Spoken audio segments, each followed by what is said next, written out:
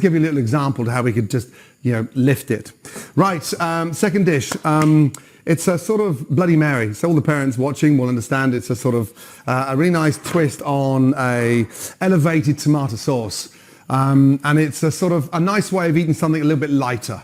I try to cut out a lot of dairy, and so we have very little cream, very little butter. So we do use it in moderation.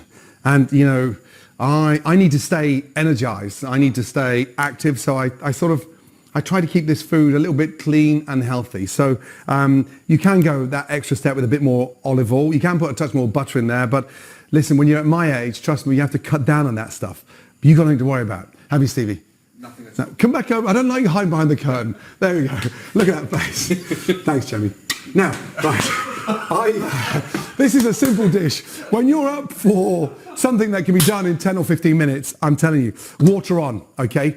Get that boiling first. Don't start cooking the shrimp and, oh, my water's not boiling. Fastest way of boiling water, boil the kettle, pour that in. The water will be boiling in like 2 minutes. Nice pinch of salt, and then that'll make that literally boil even more rapid. So the water's boiling. That's always nice to see. Corner your eye. Don't start cooking unless that water's boiling, okay? Pan's on. Again, non-stick pan. And don't use a non-stick if it's not sticking, but these ones do. Turn that on and just turn the gas on low, okay? Don't put anything in there. The amount of times that I see, friends, family, they put the pan on and they get the oil on and they don't put the oil in or the butter until you're ready, because it will burn.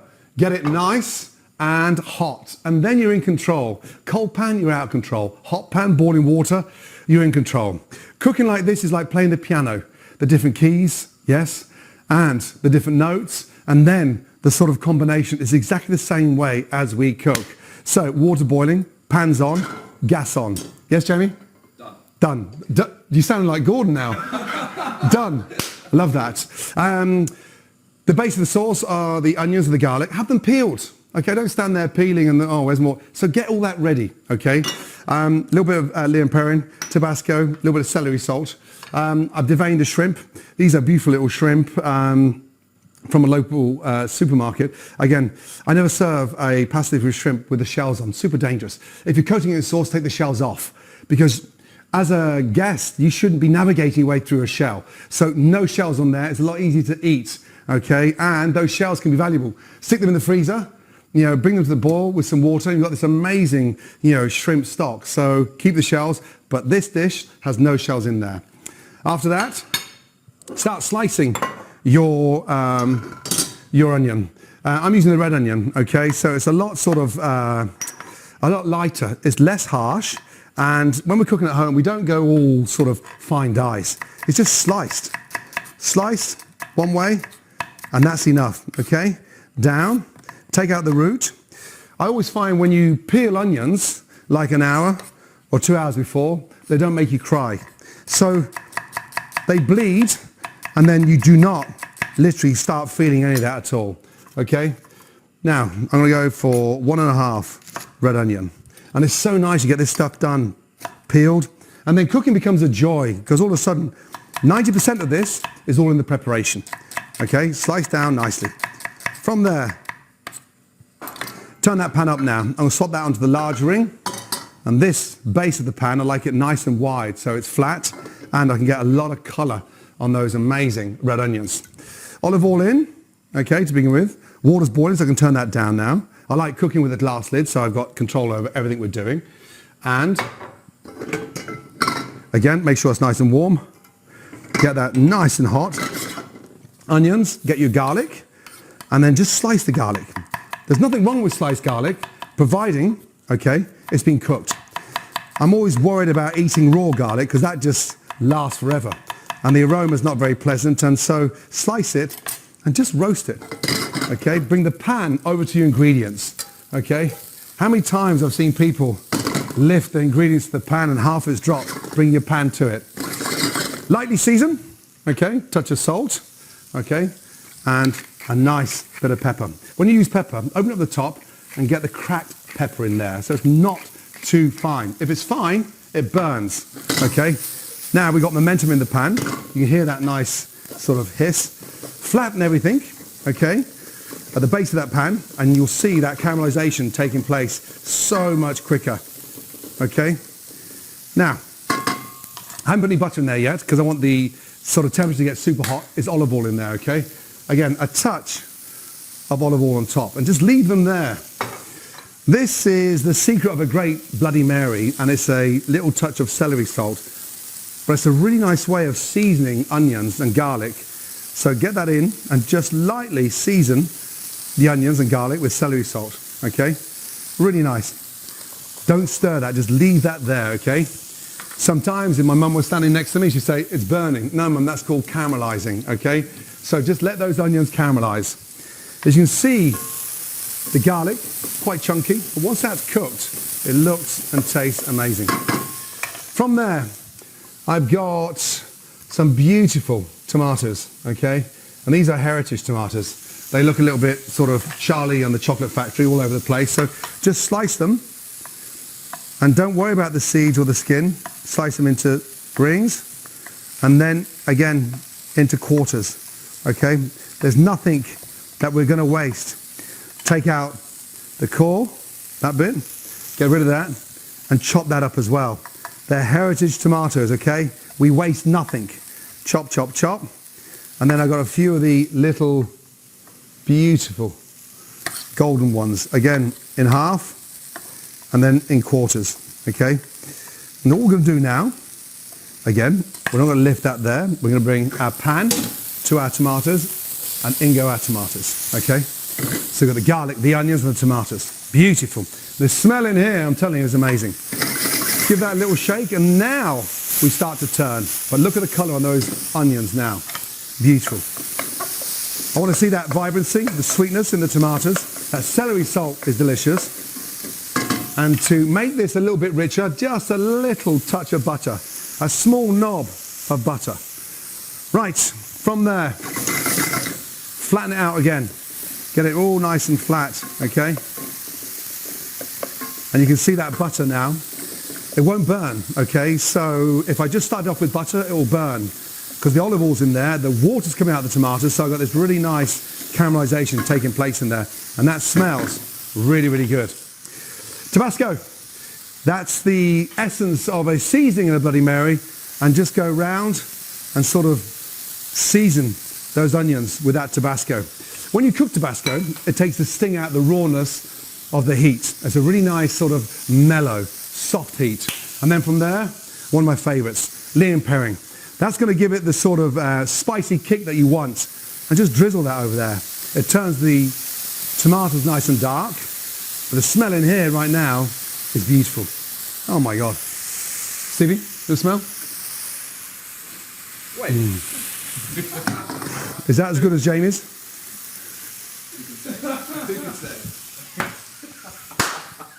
You're full of shit. Right, amazing. That was so good. I'm going to kill him later, I'm telling you. Let that, I love Jamie really, you know that, right? We go back so many years.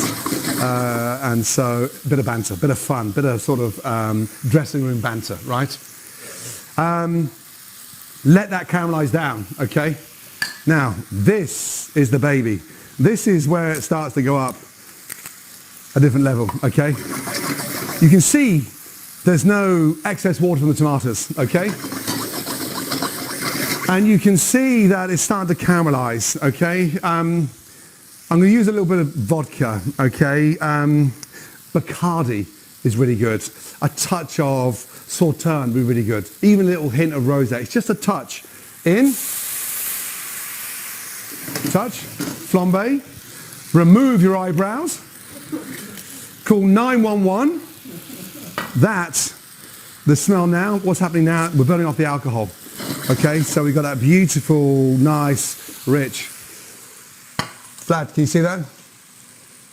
That is beautiful, isn't it? Bobby, I hope you're watching. Well, that's what you call a tomato sauce for your pasta. Once that alcohol is evaporated out, okay, turn down the gas. And now, you know, I could say 4 tablespoons of chopped tomatoes, canned, but look, I'm going to put 1, 2, 3, 4, 5 spoons in there. I want to see, don't just throw it in there, see, Turn that in, and look. Now you can see that. See? That's enough. And so, let that sit. Take a spoon. Okay? I always say, taste as you go. Don't season at the end. Touch more salt. Touch more pepper. Got the heat there now, especially from that Tabasco. Cracked pepper on top. But I've got the density of the sauce in a way where it's going to coat the pasta. Too watery, and the pasta doesn't get coated.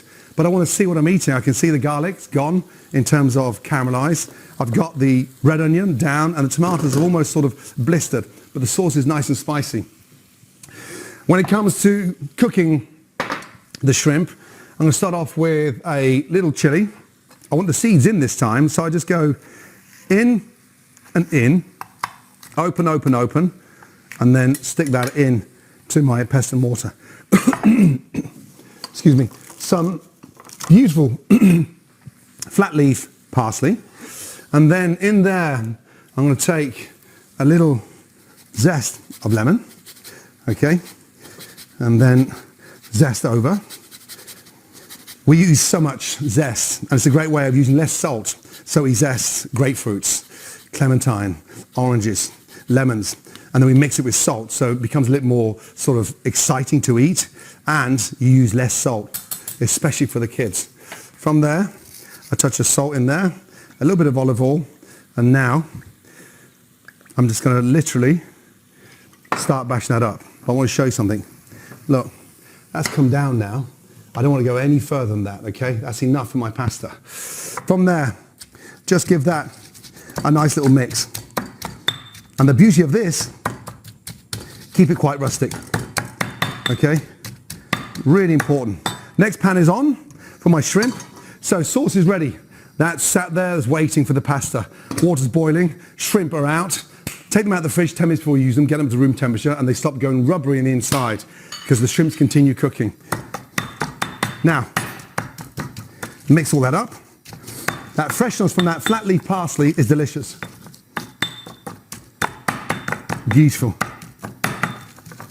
Now, from there, a spoon, and I'm using red chili. You can take the seeds out, but that nice fresh chili seed flavour is beautiful, really beautiful. And look, I just want that nice sort of paste. It doesn't have to be too fine, okay? Really important. So can I just have another pan for those breadcrumbs, please? I've got some old bread here, which I literally left over from sort of toast in the morning with Oscar. I'll use the flat one actually over there. See one there? See the flat one over there? Nice, the thin one. Yeah. Thanks, but it'll get hot quicker.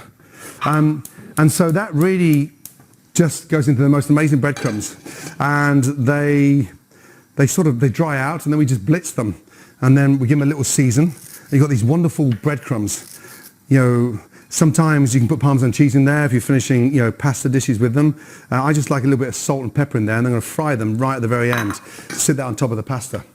So, I want to show you this now. Look, that beautiful mix of the chili and the parsley and the olive oil.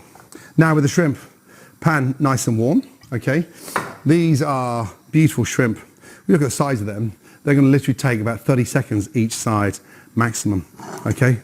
Touch of olive oil in. I'm going to get them in, almost like I'm putting sort of scallops in the pan. So I can turn them nicely, okay? Start and go all the way around. Into the pan we go. Now, as you can see, I want to sort of flip them, but then garnish them with that beautiful chili in there. You'll see why in a minute, okay? Keep them nice and flat again. Lightly season those on top, okay? A touch of olive oil, and then literally cracked pepper. You can see they're all starting to burst up now because they're starting to cook. Get some colour on there. You've heard me say it many times, no colour, no flavour. Let me show you the first one. As I turn that there, look, beautiful. Now I've got the colour there, I can turn them all now like and toss them over. Got that beautiful colour on there. So turn them. The importance now is that nice high heat, okay? And literally 30 seconds each side. From there, once you've got that colour on there, okay, get this ready. Take your lemon, okay, slice the ends. Take your chili and your parsley in, and everything in there. And then look, off with the gas, okay, lemon juice in there. It's such a beautiful way of cooking shrimp. And now mix that chili and that parsley in there. And that is beautiful, so beautiful.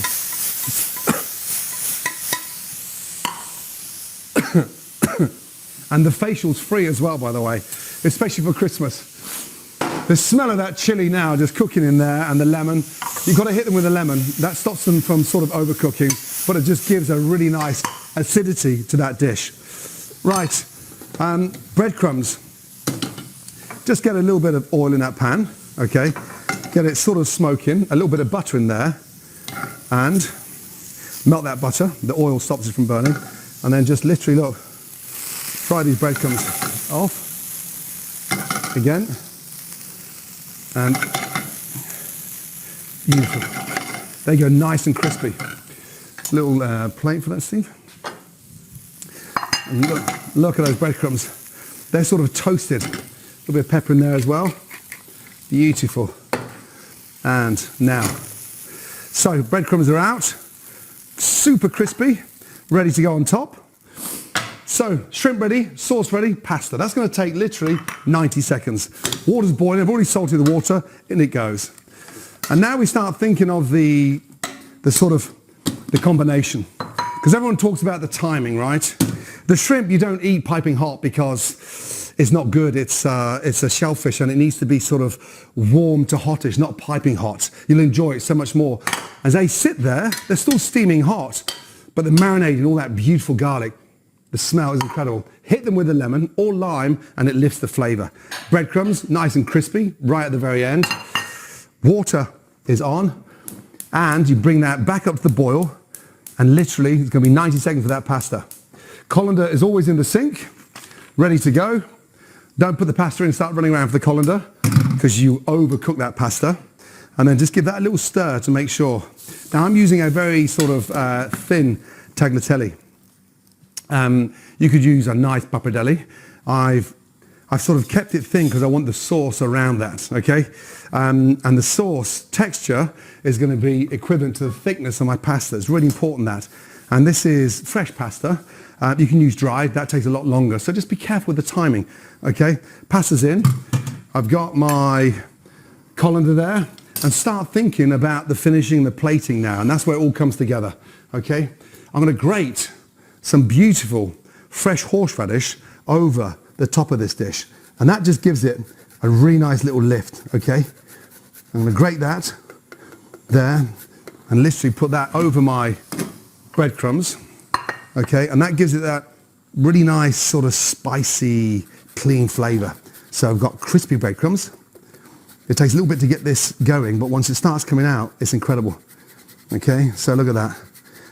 Nice fried breadcrumbs, the greatest horseradish, and then, again, lemon. So that topping on there is exceptional. And I'm set now, okay? My timing is absolutely perfect, and I'm ready, just waiting on my pasta. Scrape that down. There. But horseradish, breadcrumbs, honestly, lemon zest is such a beautiful finish, and you don't need a lot of it. It's almost like a little gremolata, but without the olive oil, okay?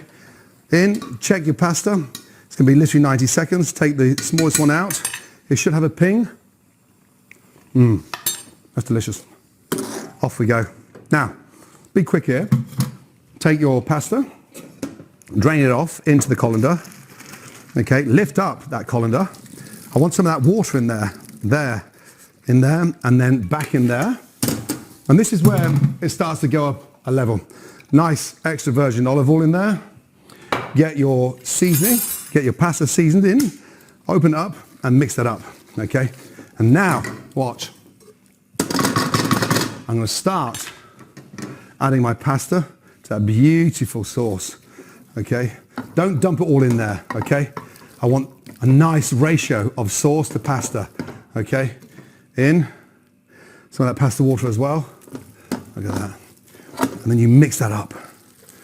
Mix that up. And now mix it up again. Sometimes when you dump it all in to begin with, it's hard to get that sauce evenly distributed across that pasta. And now the pasta's taken on all that beautiful sauce. I'm gently twisting that on there, folding that on beautifully. I take half my shrimp, I put them in there as well, give that a little twist, okay? Beautiful. And now to plate.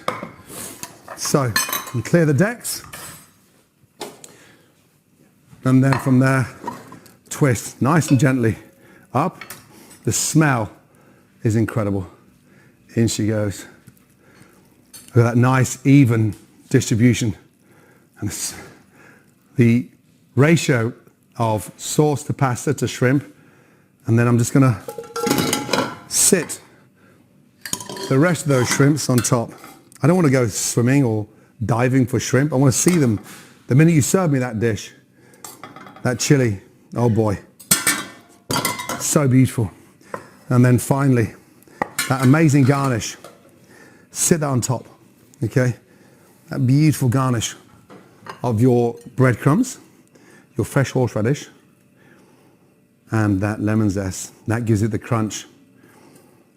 And there we go, a beautiful Bloody Mary, bloody delicious, incredible shrimp. You've been amazing.